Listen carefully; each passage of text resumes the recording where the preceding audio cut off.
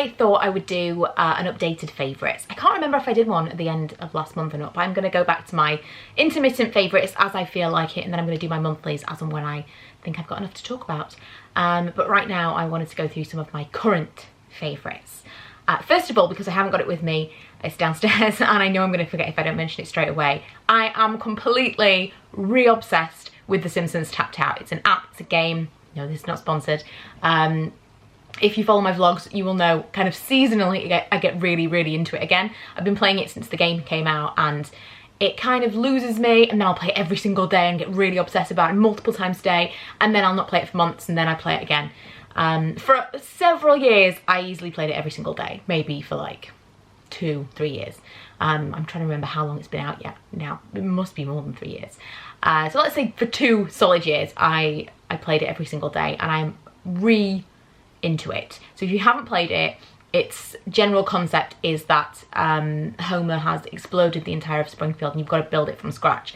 And it becomes quite difficult to keep up with when you've been playing it for a really long time, but there are certain updates that have just made me really into it again. So I just wanted to mention it because if you are a phone game person, it is the only thing that I've gone back to time and time again, and I love it. So that's one thing. Another random favourite, I've been drinking a lot of fizzy water over the past probably 6 months, trying to wean myself off cans of pop. I still have a major energy drink addiction.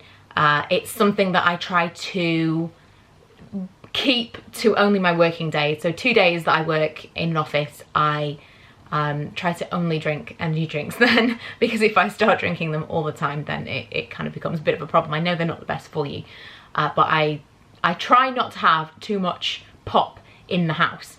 And my favourite fizzy drink that I have found recently is this Smart Water, which I think is a bit of a con. I know it's supposed to have electrolytes in it and all that stuff, but that's not why I would buy it. I wouldn't buy this, like, still Smart Water. I think it's a bit of a gimmick. But the thing that's slightly different about this is if you don't like that, let me just taste it now and it might just be that I'm getting used to it.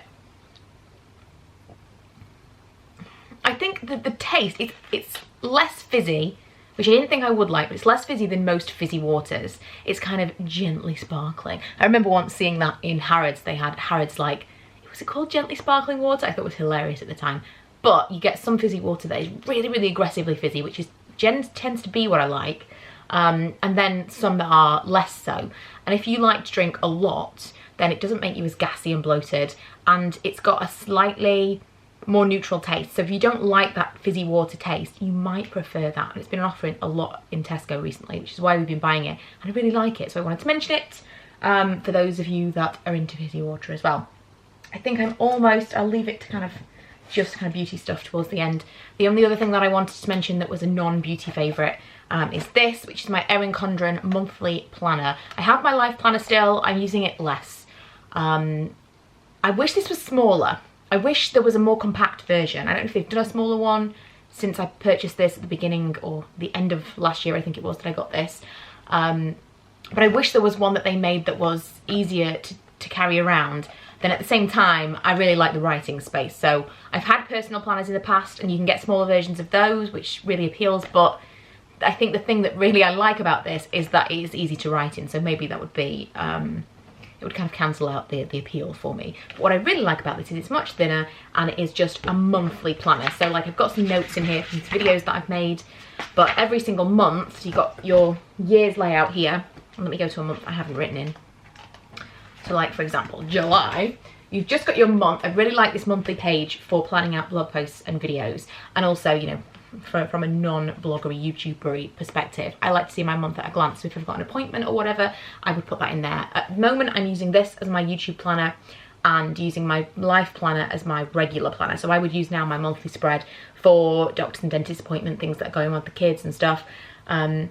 And then inside I can kind of plan out my days. So in between the months, you've got one page for notes, which is, I kind of wish I had more, but I've got one page for notes. I tend to use this page either for notes on videos that I want to make, posts I want to write, or I've been using it for notes on specific videos. So for example, I've made a couple of videos this past month or so that have been paid for, whether they've been on my channel or not. I always do say if it's been sponsored. I do have one coming up for Garnier. I've mentioned this a couple of times because I've been mentioning their skincare that I've been really enjoying. So don't think that they've kind of gone under the radar. They haven't been posted yet. But I've been using those for ones where I really need to plan out a video. Most of my videos are just set up the camera, I've got a bunch of stuff in front of me and I film. But certain videos need a little bit of prep, and so I've been enjoying that big spread for writing in for that. But I really enjoy it, and then it has got a lot of note space in the back as well. I think if you are into planning your month, but you don't think that you're gonna get use out of the entire life planner, this is probably a really good alternative. I will leave a code below. I think you get $10 off going through kind of a referral link.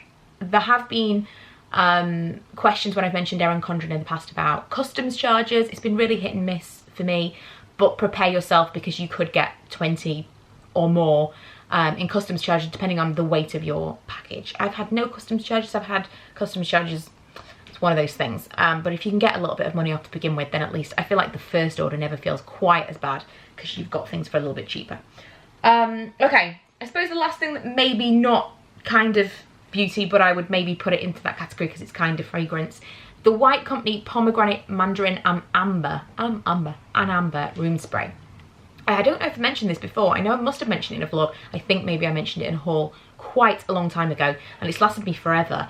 This is very, very similar to Jo Malone's Pomegranate Noir. Let me just spritz it on my pillows. It's not a dead ringer, but it's very, very similar and an absolute steal if you consider the difference in price. I always thought the White Company was really expensive, but I think that it just depends on when you buy it because there are loads of offer periods, and some things are really good value. This was about £10, I think. It was a while ago, and I know that I got it for like 30 or 40% off as well, so it was a really, really good deal. But a really nice room spray, so I use this almost exclusively in our bedroom, and I'd quite like to go back and get some more in different fragrances. For personal fragrance, do you call it personal fragrance? Home fragrance, personal fragrance? I don't know. Manny's just popped his head in and he's grunting in the corner now. This Jo Malone Peony and Blush Suede, I can't talk today, has been my go-to over the past couple of weeks. I've had a few of these minis and I've never bought the full size because I thought it was just a little bit too floral for me. Not quite my kind of fragrance, but I'm getting really into the new season. I'm like so excited for spring. And so I've been reaching for this, and it just kind of, I don't know, puts me in a spring mood. So I've been really enjoying this. I'm still not sure whether I would buy the full size of it, but I've been enjoying the little mini. I have been using the Embryolise, I don't know. And I'm not going to be able to say this. Secret de Maquilleurs? I don't know. Eclat de Regard, which I believe is like something for the eyes. Radiant Eye. There we go, it says it on the back. Artist's Secret. Okay, Secret de Maquillage. So that must be like secret to makeup artists. Radiant Eye. Express cooling and refreshing eye care. I love this. I'm not even 100% sure what this does. It says apply onto the eye contour, massaging from the inside corner to the outside. I basically put this kind of all underneath here and up here if I feel like I need it, and it really cools and freshens in the morning. I love it. It really cools and freshens and kind of gets rid of any puffiness. It's awesome. It's mostly the feeling that I really like, that kind of really cool feeling. Reminds me a lot of Forehead.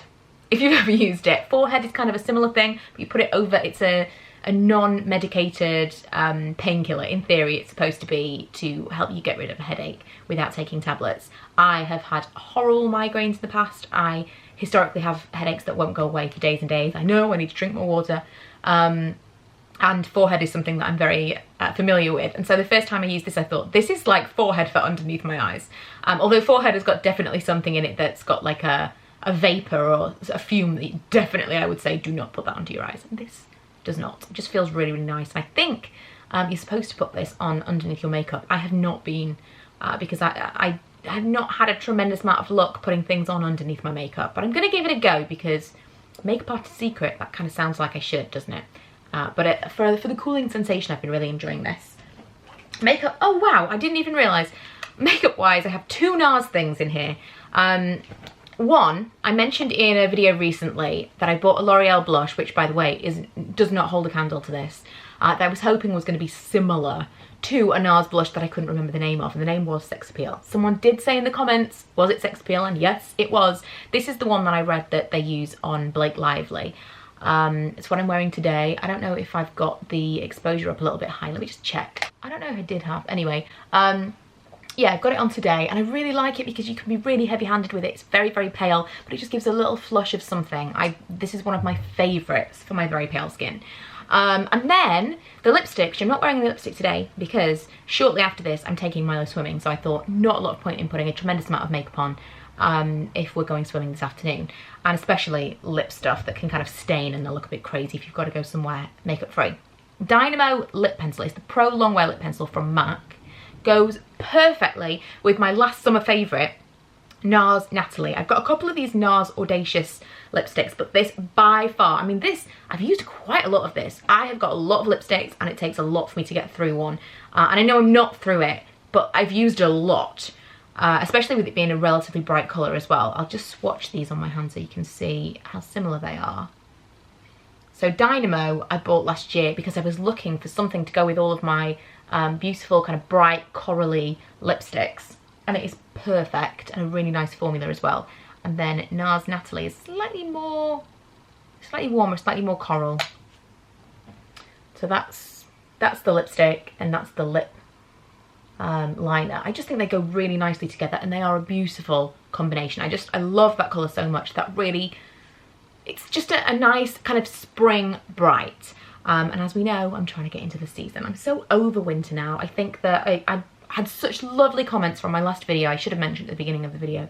After mentioning that I just wasn't feeling quite myself.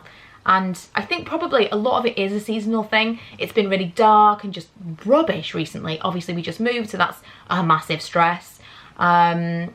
And I think everything just kind of got on top of me, but I am really, really looking forward to the new season. It's just got a little bit milder where I am. We've had 2 days of almost not coat weather, and it has been bitter over the past month. So cold, like really, really ice inside of my car. It's been insanely cold, and then all of a sudden it seems to have been mild, so I'm keeping everything crossed that that's it now. No super cold snaps, because I'm so ready for a bit of warmer weather. I'm ready to put the very warm coats away now, because it's just, I think that is definitely something that affects me that I didn't really think that did. But hey. Also, I probably should mention, because I've been wearing this ever since that I bought it, this I got from Tesco. It's like it's a cardigan with buttons. I love this. It's that super soft material, but it's not itchy at all, just really soft. And I've been wearing it. I definitely should wash it at this point, but I kind of daren't wash it because it feels like that kind of material that could go horribly wrong. And we have a washer dryer that we have still yet to master. We're not 100% certain how to only wash and how to wash dry to the point where it's still damp and not kind of shrinking things. So whenever I'm washing something that's wool, I'm like, this could go horribly wrong. So I haven't washed it yet. Please, if you have this, please tell me that it was okay. And maybe I finally will. But maybe I'll hand wash it just to be on the safe side. But I think it was like 12 or 14 pounds, new season, love it, absolutely love it. And I really enjoy it with a stripe. This is not from H&M, it's from Primark.